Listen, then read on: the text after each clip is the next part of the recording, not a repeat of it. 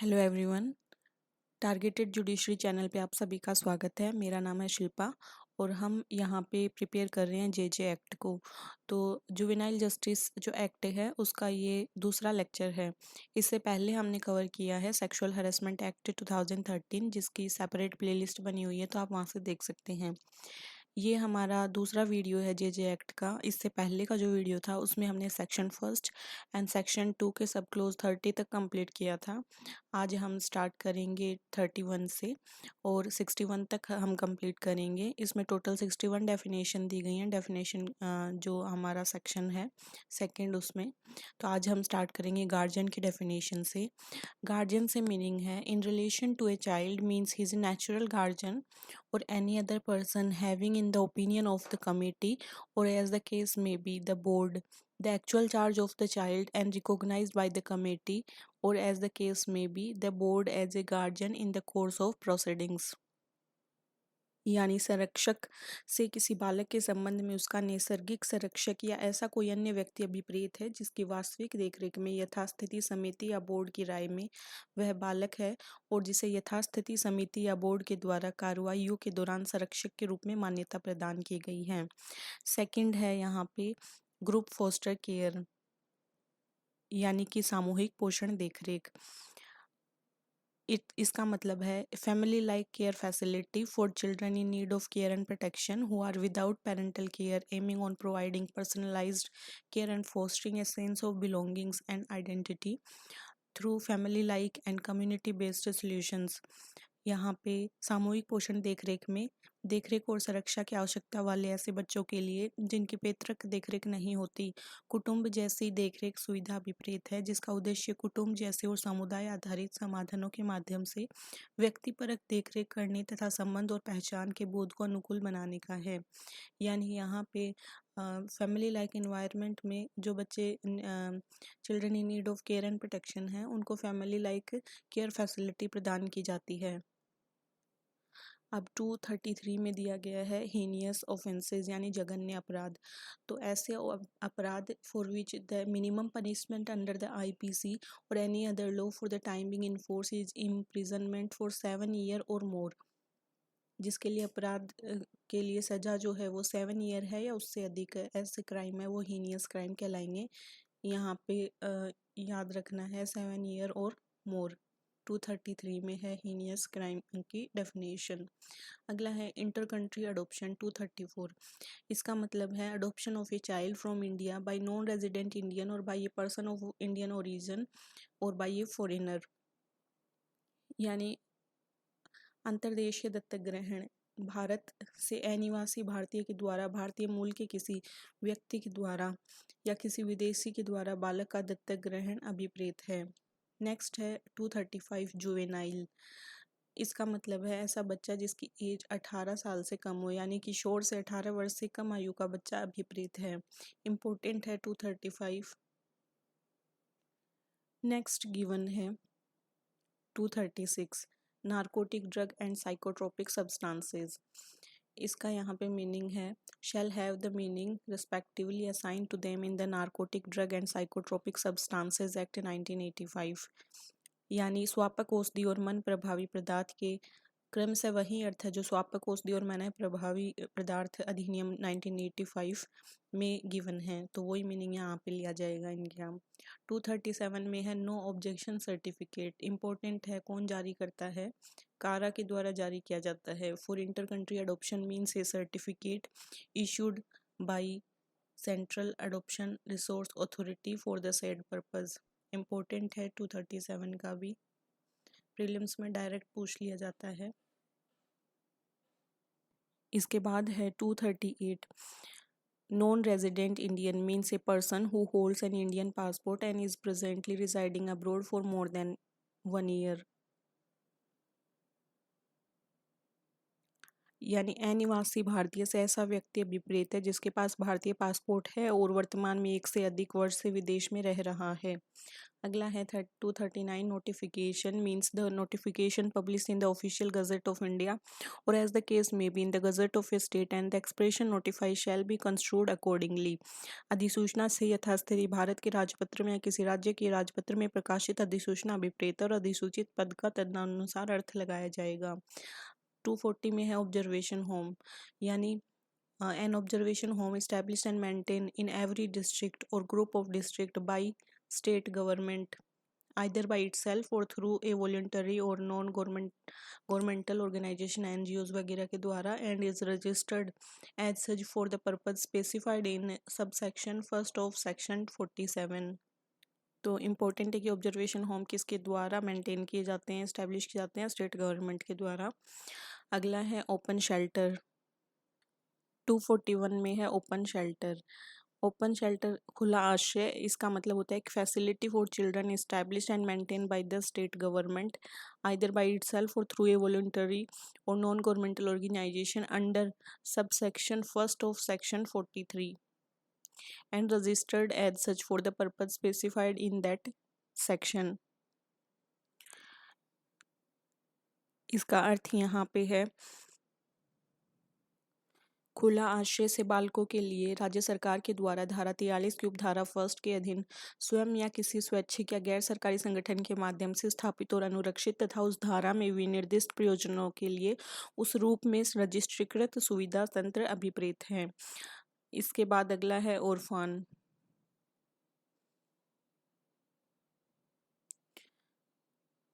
242 means a child who is without biological or adoptive parents or legal guardian। तो अनाथ ऐसे बच्चे को कहेंगे जिसके जैविक या दत्तक माता पिता या विधिक संरक्षक नहीं हैं, या फिर whose legal guardian is not willing to take or capable of taking care of the child।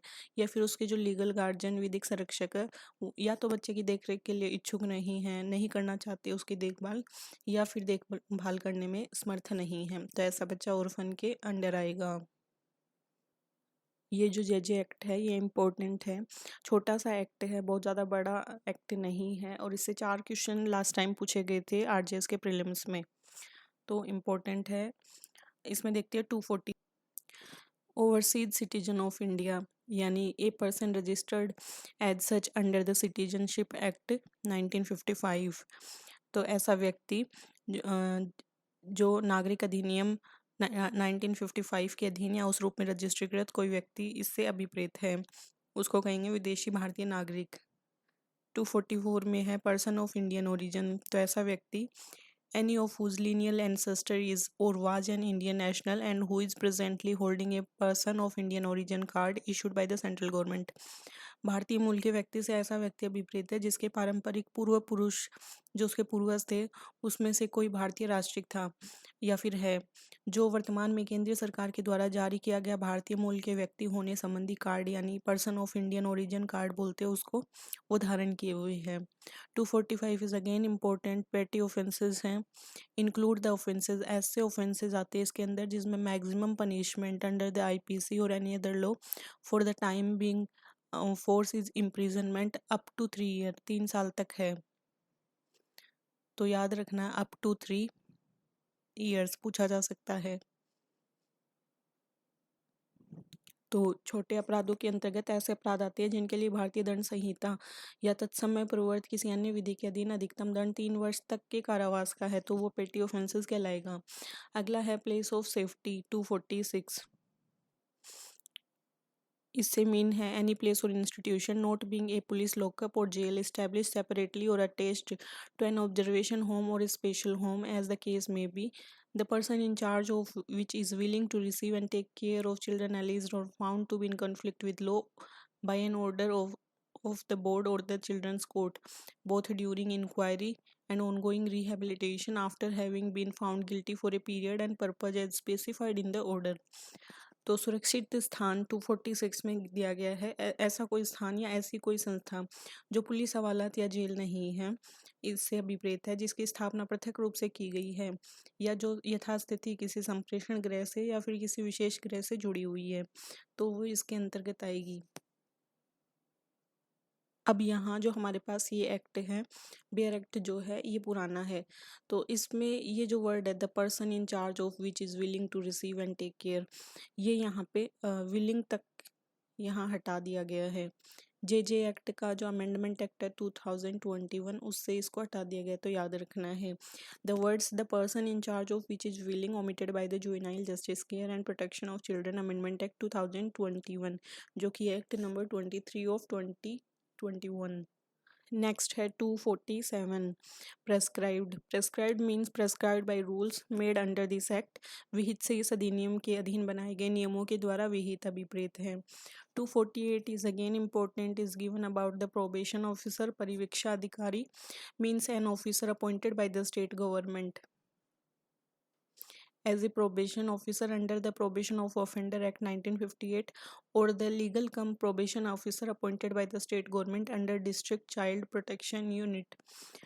तो इससे राज्य सरकार के द्वारा अपराधी परिवीक्षा अधिनियम 1958 के अधीन परिवीक्षा अधिकारी के रूप में नियुक्त किया गया अधिकारी या फिर राज्य सरकार के द्वारा जिला बालक संरक्षण एकक के अधीन नियुक्त किया गया विधि सह परिवीक्षा अधिकारी अभिप्रेत है।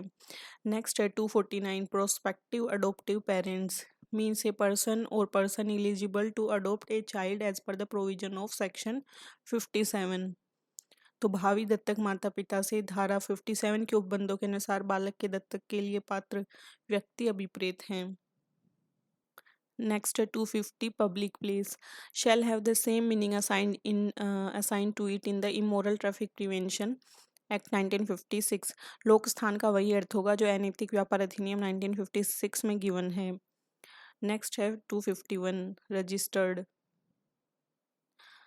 रजिस्ट्रीकृत with reference to child care institution और एजेंसीज और facilities manage by the state government और वॉलंटरी और non governmental organisation means observation home, special home, place of safety, children's home, open shelter or specialized adoption agency or fit facility or any other institution that may come up in response to a particular need or agencies or facilities authorized and registered under section 41 for providing residential care to child on a short term or long term basis।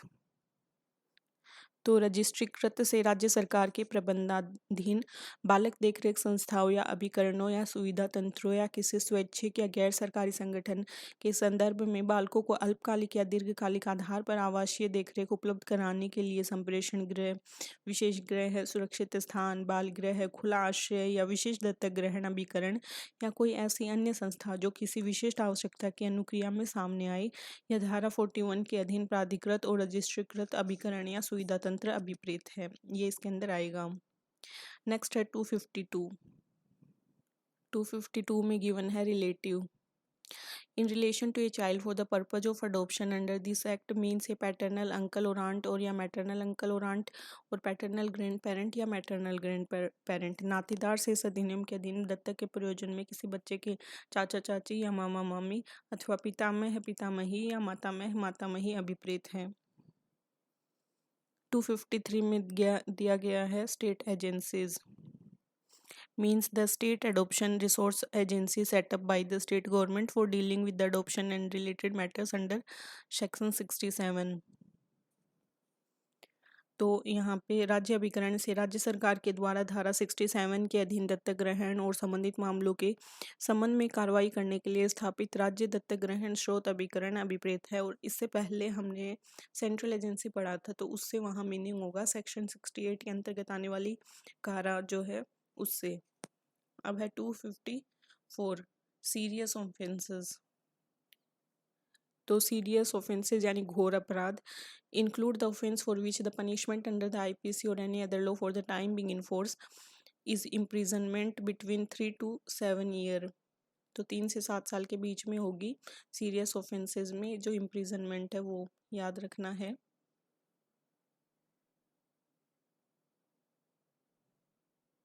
Next है 255 special juvenile police unit. इससे अर्थ है a unit of the police force और of a district or city as the case may be, any other police unit like railway police dealing with children and designated as such for handling children under section 107।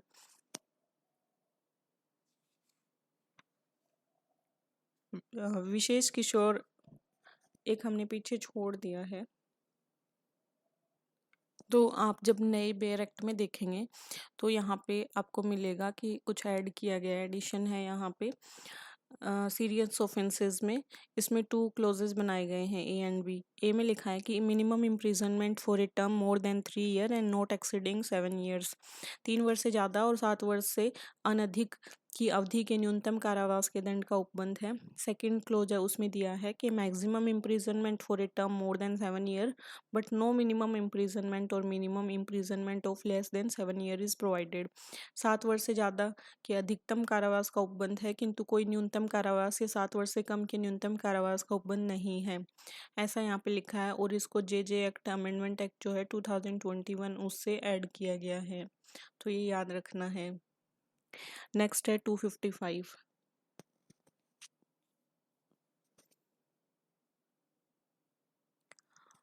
Special Juvenile Police Unit means a unit of the police force of a district or city, as the case may be any other police unit like railway police dealing with children and designated as such for handling children under section 107। Wishes Kishore police एकक से यथास्थिति किसी जिले या नगर के police बल का एकक बालकों से संबंधित और धारा 107 के अधीन बालकों को संभालने के लिए उस रूप में अभिहित कोई अन्य पुलिस एकक जैसे रेल पुलिस अभिप्रेत है। तो ये स्पेशल जुवेनाइल पुलिस यूनिट बनाई जाती है। नेक्स्ट है स्पेशल होम की डेफिनेशन दी है 256 में। इसका मीनिंग है an institution established by state government or by voluntary और non governmental organisation registered under Section 48 for housing and providing rehabilitative services to children in conflict with law who are found through inquiry to have committed an offence and are sent to such institution by an order of the board। विशेष गृह से किसी राज्य सरकार या फिर किसी स्वैच्छिक या गैर सरकारी संगठन के द्वारा विधि का उल्लंघन करने वाले ऐसे बालकों को जिनके बारे में जांच के माध्यम से यह पाया जाता है कि उन्होंने अपराध कारित किया है और जिन्हें बोर्ड के आदेश से ऐसी संस्था में भेजा जाता है, आवासन और पुनर्वासन संबंधी सेवाएं उपलब्ध कराने के लिए स्थापित और धारा 48 के अधीन रजिस्ट्रीकृत कोई संस्था अभिप्रेत है। नेक्स्ट है 257 जिसमें दिया है specialised adoption agency means an institution established by the state government or by a voluntary or non-governmental organization and recognized under section 65 for housing orphan abandoned and surrendered children placed there by order of the committee for the purpose of adoption। यानी 257 में विशिष्ट दत्तक ग्रहण अभिकरण से ऐसे अनाथ परित्यक्त और अभ्यर्थित बालकों के लिए जिन्हें दत्तक ग्रहण के प्रयोजन के लिए समिति का आदेश के द्वारा वहां रखा गया है, उनके आवासन के लिए राज्य सरकार के द्वारा या किसी स्वैच्छिक या गैर सरकारी संगठन के द्वारा स्थापित और धारा 65 के अधीन मान्यता प्राप्त कोई संस्था अभिप्रेत है स्पेशलाइज्ड अडॉप्शन एजेंसी से। फिर है 259 state government in relation to union territory means the administrator of the union territory appointed by the president under article 239 of the constitution। यानी एक हमारा यहाँ पे छूट गया sponsorship 258 means provision of supplementary support financial and otherwise to the families to meet the medical educational and development needs of the child. पूर्वतरता से कुटुंबों के लिए बालकों की चिकित्सा शैक्षणिक और विकास संबंधी आवश्यकताओं को पूरा करने के लिए वित्तीय या अन्यथा अनुपूरक सहायता का उपबंध अभिप्रेत है। अब नेक्स्ट है 259 यानी राज्य सरकार से किसी संघ राज्य क्षेत्र के संबंध में संविधान के अनुच्छेद 239 के अधीन राष्ट्रपति के द्वारा नियुक्त उस संघ राज्य क्षेत्र का प्रशासक अभिप्रेत है। अगला है 260 ये है surrendered child means a child who is relinquished by the parent और guardian to the committee on account of physical emotional and social factor beyond their control and declared as such by committee. अभ्यर्पित बालक से ऐसा बच्चा अभिप्रेत है जिसके माता पिता संरक्षक के द्वारा ऐसे शारीरिक भावनात्मक और सामाजिक कारकों के कारण जो उनके नियंत्रण से परे हैं समिति को उस बच्चे को त्याजन कर दिया गया है और समिति के द्वारा उस रूप में उसे ऐसा घोषित किया गया है। 261 में गिवन है all words and expression used but not defined in this act and defined in other act shall have the meaning respectively assigned to them in those act. उन सभी शब्दों और पदों के लिए जो इस अधिनियम से प्रयुक्त हैं किंतु परिभाषित नहीं है तो उनका जो मीनिंग लिया जाएगा वो जो अन्य अधिनियमों में परिभाषित है तो वहाँ पे उनका जो अर्थ है वो ही यहाँ पे लिया जाएगा। तो ये हमारा कंप्लीट हुआ चैप्टर फर्स्ट में 2 सेक्शन थे, section first and section 2। Section 2 काफ़ी बड़ा है, उसमें डेफिनेशन है, डायरेक्ट पूछ ली जाती है, मेंस में भी एंड प्रीलिम्स में भी इम्पोर्टेंट है। तो ये हमने कंप्लीट कर लिया। नेक्स्ट हमारे वीडियो में हम चैप्टर सेकंड को कंप्लीट करेंगे। So keep watching and keep sharing. Thank you so much. Have a nice day.